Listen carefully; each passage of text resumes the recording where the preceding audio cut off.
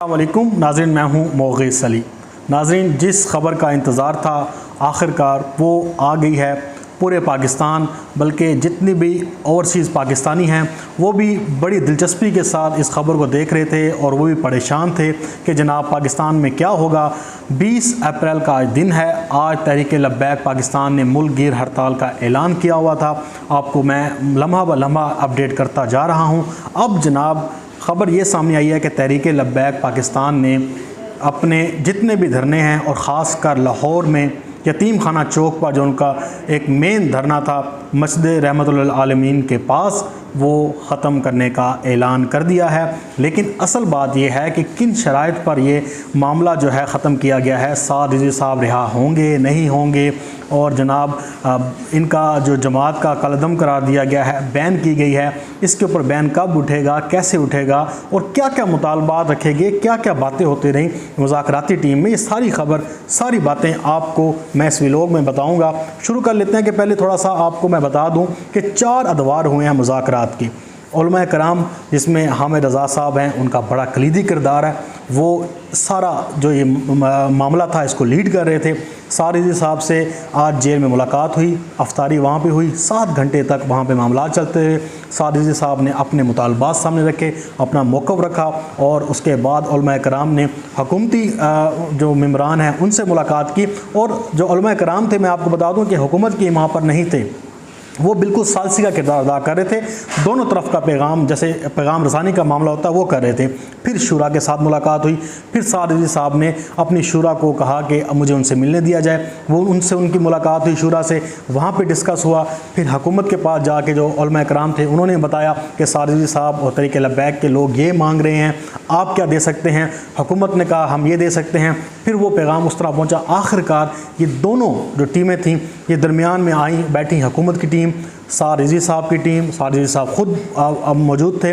उसके बाद जनाब हुकूमती टीम उलमा कराम ये बैठे, वहाँ पे तवील बहस हुई। ये पुलिस के तशद्दुद के हवाले से, गिरफ़्तारियों के हवाले से, पूरे पाकिस्तान में जो लोगों के ऊपर दहशतगर्दी के मुकदमात बनाए उनको उठाया गया और उसके बाद जेलों में डाला गया। ख़ास तौर पर साद रिज़वी साहब की गिरफ़्तारी भी। उसके बाद साद रिज़वी साहब ने कहा कि मुझे बड़ा दुख हुआ कि मुझे इन्होंने अचानक उठा लिया गया, अगर बातचीत पहले ही कर लेते तो मामला मज़ीद ना बिगड़ता। लेकिन हुकूमत ने अपना मौक़िफ़ रखा।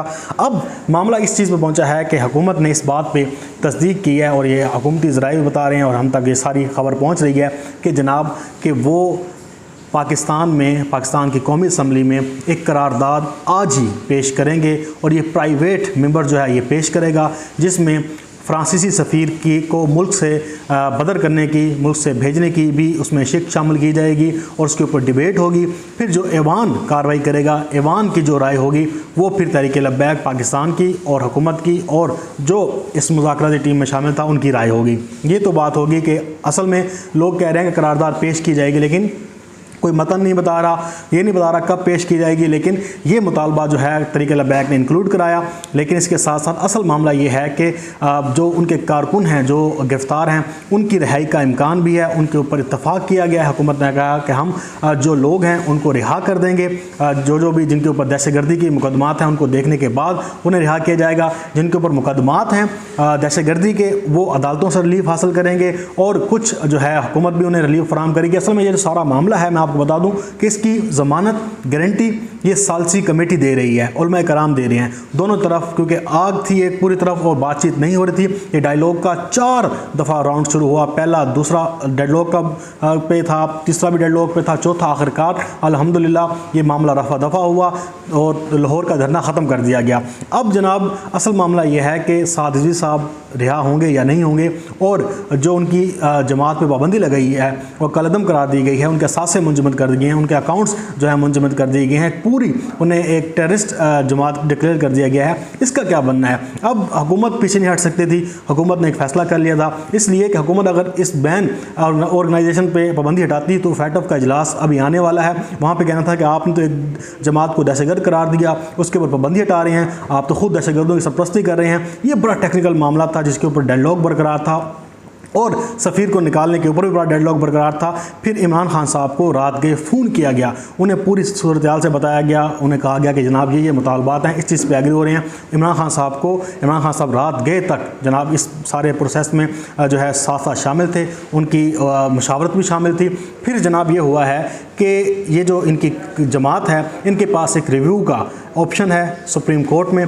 तरीके जो लब्बैक पाकिस्तान है ये जाएगी सुप्रीम कोर्ट में, कानूनी तरीका अख्तियार किया जाएगा, वहाँ पे जाके ये रिलीफ हासिल करेगी। इससे क्या होगा कि अगर हुकूमत इसको बैन ऑर्गेनाइजेशन से हटाती है तो इसमें हुकूमत को नाकामी का सामना करना पड़ता है, हुकूमत के ऊपर उंगलियाँ उठाती है कि आपने कैसे ये मामला जो है पहले इसके ऊपर बैन कर दिया, अब आप खुद ही इस पर पाबंदी हटा रहे हैं। तो एक अदालत के थ्रू तीसरे फ्रीक के ज़रिए अगर इनको रिलीफ मिलता है तो वो बड़ा अच्छा हो जाएगा, यानी कि दोनों जो फ्रीकैन हैं वो खुश हो जाएंगे। अब तरीके लब्बैक पाकिस्तान ने कहा है कि वो ठीक है, कानूनी रास्ता अपनाएंगे और उससे उन्हें सुप्रीम कोर्ट से जो रिलीफ मिलेगा वो ठीक है, वो उस पर एग्री करेंगे। अब सारिज़ी साहब की रिहाई मुमकिन नहीं हो सकी, इस पर हुकूमत ने इत्तफाक नहीं किया और सारिज़ी साहब जेल में रहेंगे। और बताया जा रहा है कि सारिज़ी साहब ने पहले ख़ुद कहा कि जनाब मैं बाहर नहीं आना चाहता, मैं अपनी इसमें जो है ये लोग कहें कि मैंने मुज़ाकरात सिर्फ अपने लिए किए हैं, मैं ये चाहता हूँ कि फ़्रांस के हवाले से फ़ैसला किया जाए, मेरा आना ना आना वो अलग मायने रखता है, मैं अदालतों से रिलीफ हासिल कर लूँगा, मैं अदालती जंग लड़ूंगा। क्योंकि जब आपकी जमात के जो बैन और बैन का लोगो हट जाएगा, बैन का जो आपके ऊपर धब्बा है वो हट जाएगा, तो उसके बाद सारिज़ी साहब के बाहर निकलने के चांसेस बहुत ज़्यादा हो जाएंगे। यानी कि उन्होंने ये तरीका अख्तियार किया कि लोग मुझे ये ना कहें कि जनाब मैंने अपनी रिहाई मांग ली तो मैं वापस आ गया। तो सारिज़ी साहब ने जो हम तक इतलात हैं उन्होंने अपनी रिहाई की बात नहीं की, उन्होंने कहा कि मुझे आप बेशक ना छोड़ें, आप फ्रांस के मामले पे बात करें। अब ये जो जमात है ये तरीक़े लब्बैक पाकिस्तान और सालसी वाले जो उलमा कराम हैं और तरीक़े लब्बैक के शूरा कमेटी, उन्होंने इस पर इत्तफाक किया, कारकुन रिहा कर दिए जाएंगे, असम्बली में करारदाद पेश की जाएगी आज ही, उसमें सफ़ीर की जो है उसे निकालने का मुतालबा भी शामिल होगा।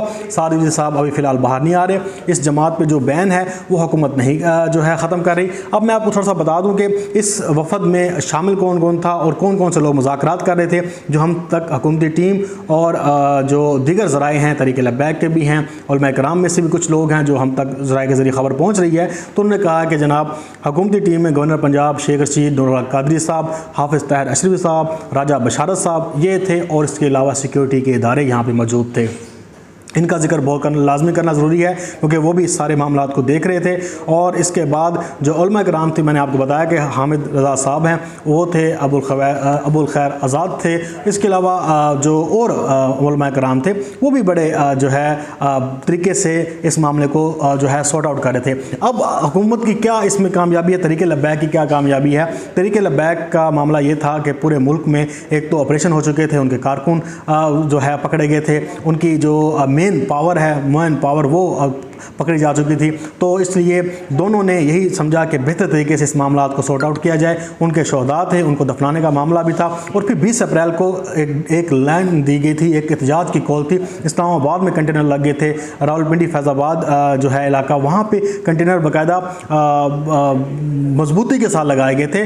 वहाँ पे मैं देख रहा था कि वेल्डिंग की जा रही थी, इतना मामला था। लेकिन हुकूमत ने और उलमा कराम ने दानिशमंदी का मुजाहरा करते हुए, तरीक़े लब्बैक ने भी दानिशमंदी का मुजाहरा करते हुए इस मुल्क को आग से बचा लिया है, सारे मामलात को सही तरीके से टैकल किया है। इसमें मैं ये कहूँगा किसी की फतह नहीं है, किसी की हार नहीं है। ये हमारे पाकिस्तानी थे, इन सब ने जो है इस मुल्क में ही रहना है। ज़रूरी नहीं था कि एक थोड़ा सा मामला गड़बड़ हुआ, इससे यह है कि मामलात कूल डाउन हुए हैं और हम इसको अप्रिशिएट करते हैं। तरीक़े लब्बैक वालों को भी अप्रिशिएट करना चाहिए, पूरे पाकिस्तान को अप्रिशिएट करना चाहिए। ठीक है, गलतियाँ हो जाती हैं सबसे, मामलात हुकूमत से भी जो है थोड़े से ख़राब हुए, तरीक़े लब्बैक वालों ने भी नाइंसाफ़ी की और फिर पुलिस का तशद्दुद, ये सारे मामला आते गए। बड़ा एक बहुत बेचैनी पैदा हो गई थी, सीधी सी बात है। लेकिन इसमें सबको अप्रिशिएट करना चाहिए, किसी की हार जीत का जिक्र नहीं करना चाहिए। सब की फतह है, पाकिस्तान की फतह है, हम सब ने इस मुल्क में रहना है, हम इसको आग और खून का खेल नहीं बना सकते। बहरहाल ये बड़ा दानिशमंदाना फैसला किया है तरीक़े लब्बैक वालों ने भी, हम उनको भी अप्रिशिएट करते हैं, हुकूमती टीम को, ख़ास तौर पे उलमा कराम को,